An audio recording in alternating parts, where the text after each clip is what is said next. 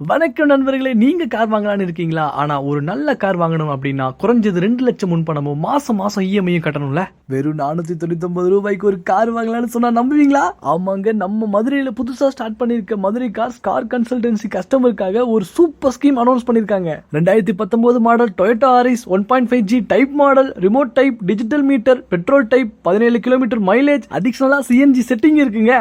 4 டயர்ஸும் புதுசு, இன்சூரன்ஸ் இன்னும் 6 மாசத்துக்கு அப்படியே இருக்கு. கார்ல எந்த ஒரு வேலையும் இல்லைங்க, நீங்க வாங்குனது அப்படியே ஓட்டலாம்.